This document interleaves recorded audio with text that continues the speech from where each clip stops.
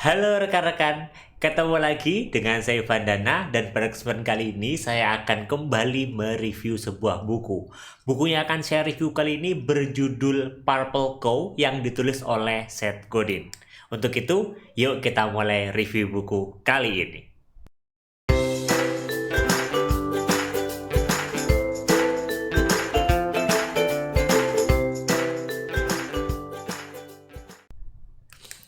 Buku ini tuh tentang apa sih?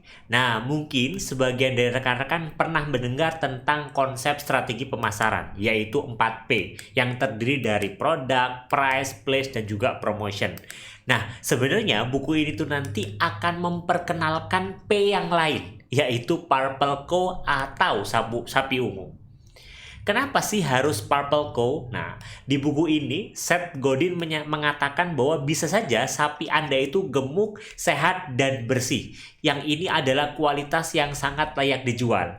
Tetapi itu adalah kualitas yang membosankan. Akan sangat mungkin kompetitor memiliki kualitas yang sama dengan sapi Anda. Nah, agar sapi Anda menarik perhatian sehingga bisa mempengaruhi perilaku konsumen untuk memutuskan akan membeli atau tidak, sebaiknya ada kualitas lain yang remarkable kalau dalam buku ini, yaitu misalnya adalah warna sapi Anda berwarna ungu.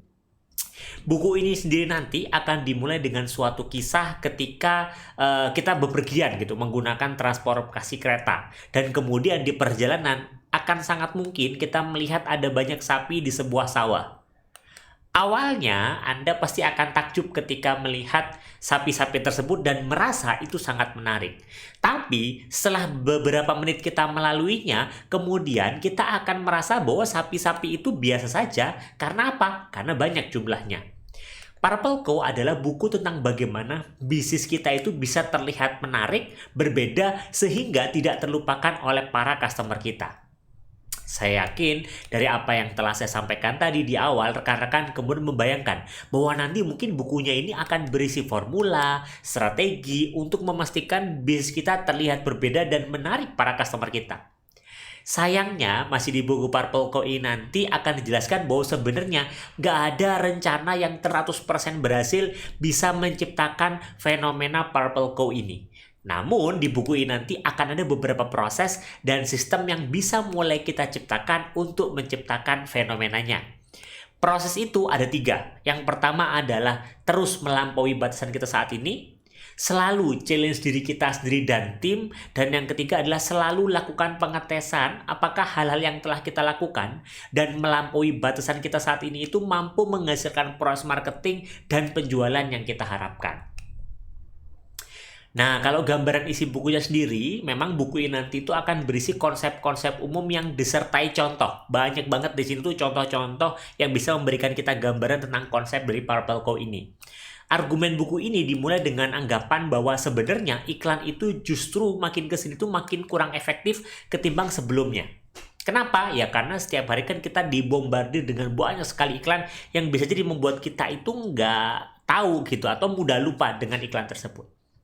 Maka, satu-satunya cara mendapatkan pasar saat ini adalah tidak hanya memasarkan produk dengan cara yang luar biasa, tetapi menghasilkan produk yang luar biasa untuk dipasarkan. Di sini, Seth Godin memberikan sejumlah contoh produk dan program-program pemasaran yang hebat, tapi memang di sini juga dia menyampaikan, gak ada gunanya sebenarnya kita meniru mereka secara langsung.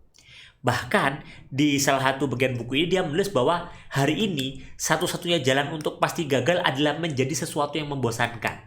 Maka satu-satunya kesempatan Anda untuk meraih kesuksesan adalah untuk menjadi sesuatu yang luar biasa. Atau dalam konteks bisnis adalah kita mulai menciptakan sesuatu yang luar biasa sehingga orang itu nggak bisa melupakan dengan mudah.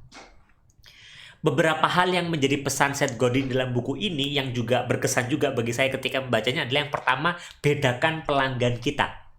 Temukan tuh dari pelanggan kita saat ini, temukan grup-grup yang paling menguntungkan. Temukan grup yang paling mungkin mempengaruhi pelanggan lain. Jadi dari customer kita ini kita pilih customer spesifik kita, kelompok ini yang paling mungkin mempengaruhi pelanggan lainnya. Dan kemudian cari tahu bagaimana mengembangkan, mengiklankan, atau memberi penghargaan kepada salah satu kelompok. Dan abaikan sisanya. mulai dengan pelanggan yang Anda pilih, yang itu Anda anggap Anda bisa memberikan produk yang tepat bagi dia.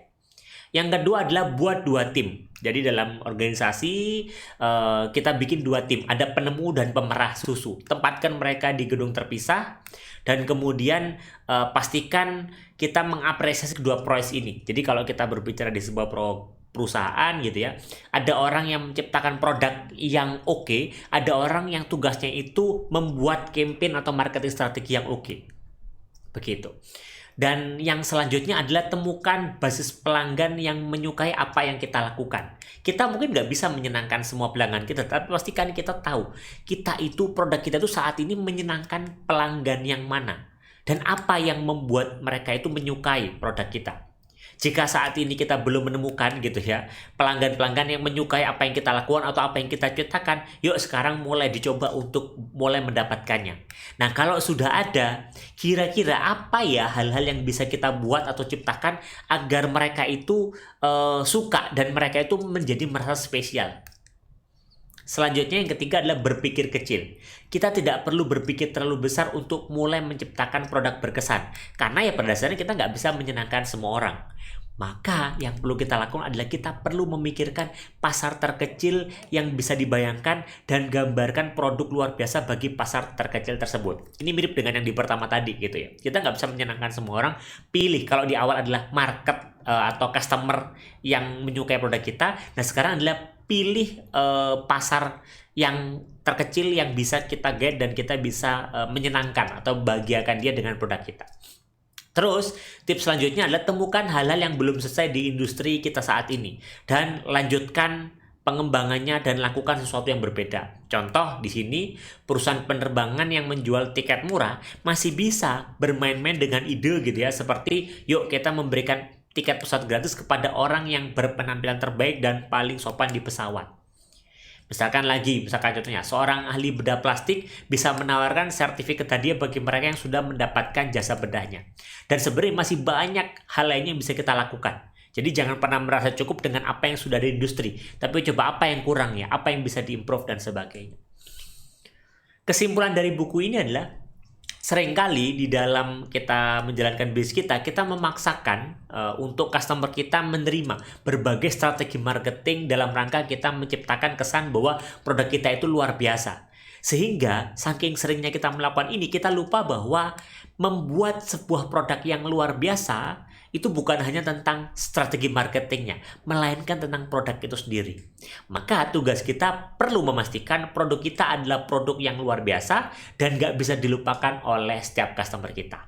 Maka bagi Anda praktisi marketing atau perusahaan yang ingin meningkatkan penjualan Anda, buku ini walaupun sebenarnya sudah agak lama gitu ya, tapi menurut saya masih relevan untuk menemani Anda dalam merenungkan produk apa yang sesuai untuk pasar Anda saat ini dan mungkin bisa kita ciptakan sehingga produk kita tidak terlupakan.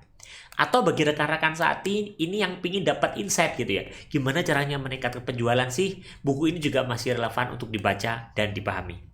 Semoga review yang saya bahas kali ini bermanfaat dan sampai ketemu di review buku selanjutnya.